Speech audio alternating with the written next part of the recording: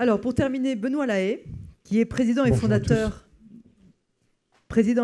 du réseau de franchise Attila System. Donc, vous étiez conducteur de travaux pour une société de couverture et vous constatez que les petites et moyennes réparations de toiture sont délaissées au profit des grosses réfections. Et c'est justement à l'occasion d'un appel d'offres, d'une non-réponse justement à un appel d'offres pour l'entretien du toit d'une église que vous avez le déclic. Il n'existe aucune technique vraiment performante pour nettoyer efficacement les toits. Et c'est alors que vous êtes rapproché de 2 techniciens en robotique et que vous avez créé un outillage spécifique pour le nettoyage des toits. Et le premier prototype est né en 2002 et a été dénommé Attila. C'est bien ça, le début de votre histoire. C'est ça, c'est ça. Alors, comment vous êtes passé donc de salarié à entrepreneur? Ça s'est fait naturellement ou dans la douleur? Dans la douleur. Je ne suis pas étonné de votre réponse. Non, vraiment dans la douleur. Alors, c'est vrai que je me sens assez proche quand on parle de micro-entreprise parce que moi, je suis un autodidacte qui a un CAP en poche de couverture, plomberie couverture. Donc, je trouve que vraiment, démarrer de rien, c'est quelque chose qui me parle et je rejoins mes interlocuteurs précédents. C'est juste passionnant d'entreprendre dans ce pays qui est la France et qui, aujourd'hui, je vous certifie qu'il y a tout ce qu'il faut pour réussir en France et de très loin. Donc, on est parti de 1 000 euros. À l'époque, avec ces 1 000 euros, j'ai pu emprunter 25 000 euros dans les années 2002. J'ai cru qu'il me faudrait 100 ans pour rembourser cette somme. Et puis, en effet, un chef d'entreprise, pour moi, c'est quelqu'un qui observe beaucoup, qui n'a pas peur de se tromper, qui sait qu'il va se tromper. Et finalement, c'est en réglant les erreurs qu'on va réussir à avancer. Donc, moi, j'ai constaté simplement chez ce chef d'entreprise où j'étais salarié qu'il y avait une relation à la clientèle qui était assez atypique et en fait il n'y avait pas de relation avec le client, il était porté sur la technique et donc on n'était pas du tout dans un système de service et de relation au service. Donc après m'être fait engueuler par ce chef d'entreprise parce que je voulais entretenir cette toiture, j'ai émis l'idée de créer un robot. Donc là évidemment ça a fait rire tout le monde dans l'entreprise, personne ne pensait qu'on pouvait créer un robot pour s'occuper des toitures.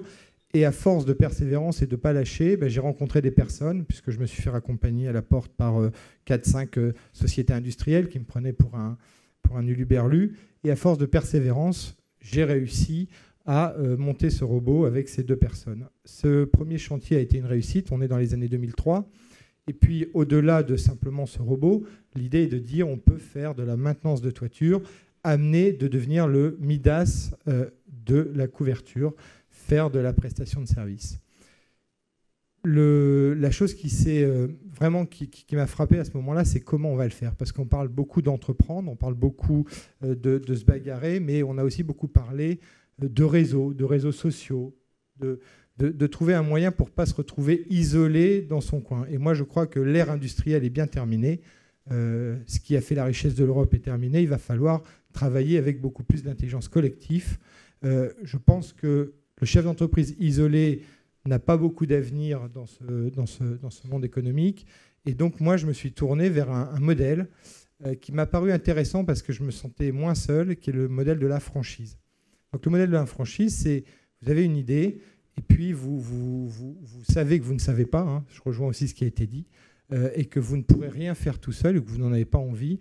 Et donc, j'ai commencé à travailler avec d'autres personnes. Et donc, cette persévérance, il va falloir convaincre, il a fallu convaincre, il a fallu fédérer autour de moi. Et à force d'avoir réussi à fédérer, aujourd'hui, on était dans les années 2002, et pendant 10 ans, il a fallu vraiment se bagarrer jusqu'aux années 2010, 2012. Et aujourd'hui, le réseau est passé d'une entreprise qui faisait 50 000 euros de chiffre d'affaires à... On est à peu près aux alentours des 35 millions d'euros de chiffre d'affaires et on a 55 sociétés en France sur ce modèle de l'intelligence collective et cette capacité à mutualiser. Alors, qu'est-ce qui a été le plus difficile pour vous? C'est le commercial, c'est la technologie, c'est l'administratif, c'est les recrutements, les ressources humaines? À peu près tout ça. Donc, tout a été difficile. Tout a été difficile, mais en même temps, il ne faut jamais prendre, on le redisait tout à l'heure, un chef d'entreprise, ça ne doit jamais être un problème. Ce que vous allez rencontrer, ça doit être des contraintes que vous allez positiver, que vous allez optimiser, dont vous allez vous servir pour, je dirais, rebondir. Donc, moi, j'ai pas eu ce ressenti de problème. J'ai eu des choses qui m'ont permis d'avancer. Et donc, j'insiste sur le fait que ça a démarré l'idée en 2000. On est en 2016. Il y a eu 10 années de persévérance avant de voir les choses prendre tournure. Alors, vos chiffres aujourd'hui, c'est 55 agences en France, Oui, ça 55 35 agences. millions d'euros de chiffre d'affaires Oui. Et plus de 350 collaborateurs. Absolument, avec un développement aux alentours de 10 sociétés par an. Encore une fois, quand on a commencé, les sociétés faisaient 100 000 euros de chiffre d'affaires, voire même 50 000. La mienne faisait 50 000. Mais quand on est capable de mutualiser, d'optimiser, de fédérer, je pense que voilà, aujourd'hui, on n'est plus à 50 000 ou 100 000 la première année. On est sur des sociétés qui font 300 000 à 400 000 la première année. Encore une fois, c'est la capacité de mutualiser les bonnes pratiques, la capacité à les faire incuber et la capacité à finalement le redéployer. Mais on n'invente rien. On n'est que dans l'observation. On n'est que dans l'optimisation. Il n'y a rien de magique dans tout ça. C'est simplement du bon sens. C'est la capacité de regrouper des chefs d'entreprise entre eux et de mutualiser un savoir-faire. Et je pense qu'aujourd'hui, on parle beaucoup de big data. Les fameux, soi-disant qu'en 2 jours, il y a plus de données sur le net qu'il y en a eu en 100 ans. Il semblerait que la compétitivité de demain, ce n'est pas la donnée, c'est de la traiter, la donnée.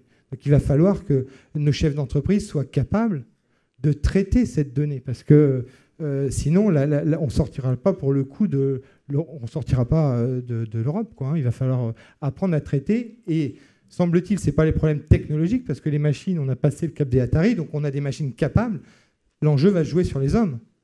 Est-ce que les hommes vont être capables d'utiliser ces machines pour traiter les données? Et donc, le modèle de réseau est quelque chose de vraiment très intéressant. Et on a la chance, pour le coup, en France, d'avoir le système de franchise le plus abouti au monde. Vous êtes content d'avoir entrepris en France?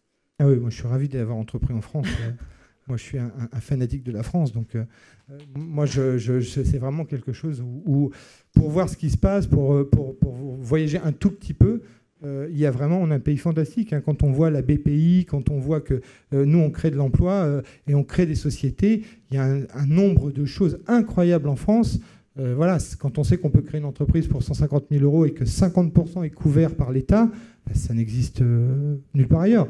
Et voilà, donc, et puis je vous le dis, si les banques refusent, je vais prendre c'est pas pareil que les capitaux risqueurs ou ce genre de choses, hein, mais à un moment donné, ça rend service aussi, hein, quand ils disent non. Hein. Donc il faut se battre, commencer petit, je rejoins. Il faut commencer petit parce que petit à petit, on arrive à grossir.